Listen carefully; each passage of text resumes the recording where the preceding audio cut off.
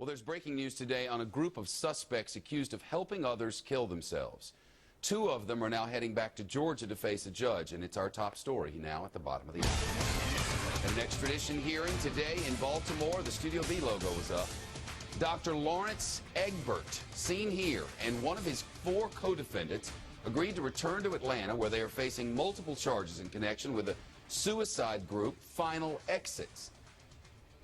That's not exactly the name of it, but Final Exit Plan, I think it is. At any rate, federal authorities say they helped a Georgia man end his life. Final Exits apparently has thousands of dues-paying members, a volunteer staff of psychiatrists and psychologists. They now have a how-to handbook. We're covering both sides of this issue, and we'll hear from someone who opposes this group in a few moments. But first, let's bring in Rosalie Guttman for some unique perspective. She's a member of the group Final Exit, the group the federal investigation is centering on now. Good to see you. Thank you. Thank you. Why are you a member of this group? Tell me about it. Well, I believe in the mission, which is that people who are suffering from untreatable, interminable, progressive illnesses that don't have any means of getting relief from their suffering should be allowed to end their lives at a time and place of their choosing in dignity and peacefully.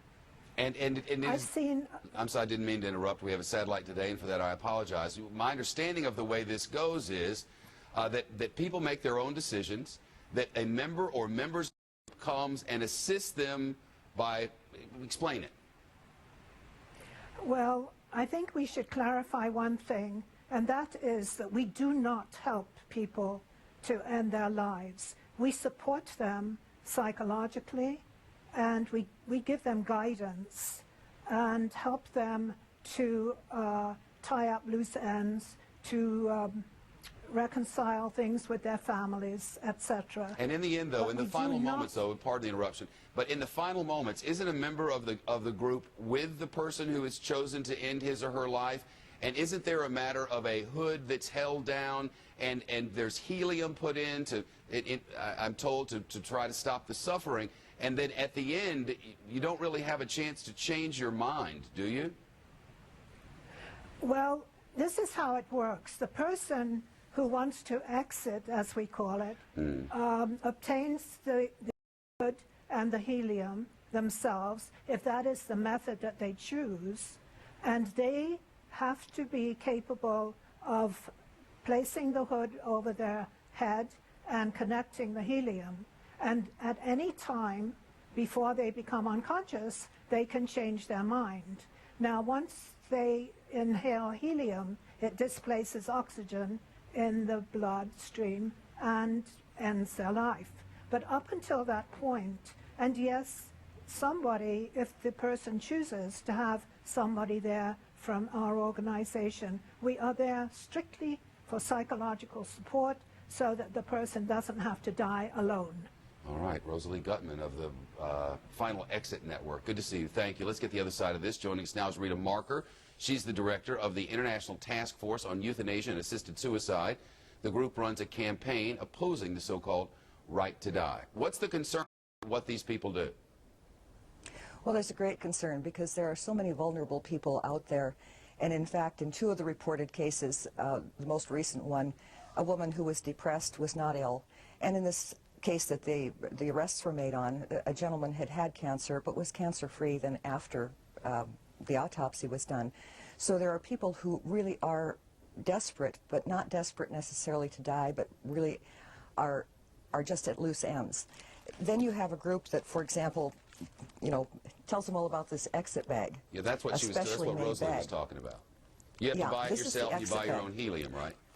They tell you where to get it, right. And it's sent for out of Missoula, Montana, or Mesa, California, and then you're supposed to order helium canisters from a party store, and then once the bag is on the person's head and they start to lose consciousness, someone holds their hands down. Now, if that is death with dignity, it's a really bizarre Holds their hands down or hold their hands? Hold their hands, and while they're holding them, hold them down so that they cannot remove the bag. They let them know beforehand what they are going to do, so the person can say, okay, I don't know. but they do hold their hands, and once that's a go, they're holding their hands, but they're holding their hands down so they cannot remove the exit bag. I guess there are questions about legality, and I guess there are questions about morality, but this whole thing about deciding what happens to yourself, I guess the people, they insist that the people have made their own decisions and done their own things, and they don't help them. They just sort of guide them. Well, that sounds so nice, and certainly we have the right to make our own choice, and certainly 30,000 people a year tragically commit suicide. But what we're talking about here is people that are attempting to get this into the mainstream, and in fact, in some cases, they want to change it into a medical treatment, letting doctors assist suicide. Now, if we look at what that means, if you transform the crime of assisted suicide into a medical treatment, that's a really inexpensive medical treatment. And with our current climate of economic problems, just look at the sheer force of economic gravity. If it's a medical treatment and your health insurance company will say, well, we can approve that treatment, but not these other treatments that you might want. So this is far bigger than individual choice. It deals with public policy. How should this be handled? Are you talking about the case itself or the people that are dying? The people who are doing the assisting, the people of this network of thousands of people. Well, first of all, there aren't thousands doing the assisting. They claim about 3,000 people that pay dues membership to them. For those people, obviously people can't be prosecuted for just getting information, but for those who are flying squads, exit guides they call themselves, I think while they may be well-intentioned, what they are doing is extremely dangerous and I would say cruel under the name of compassion.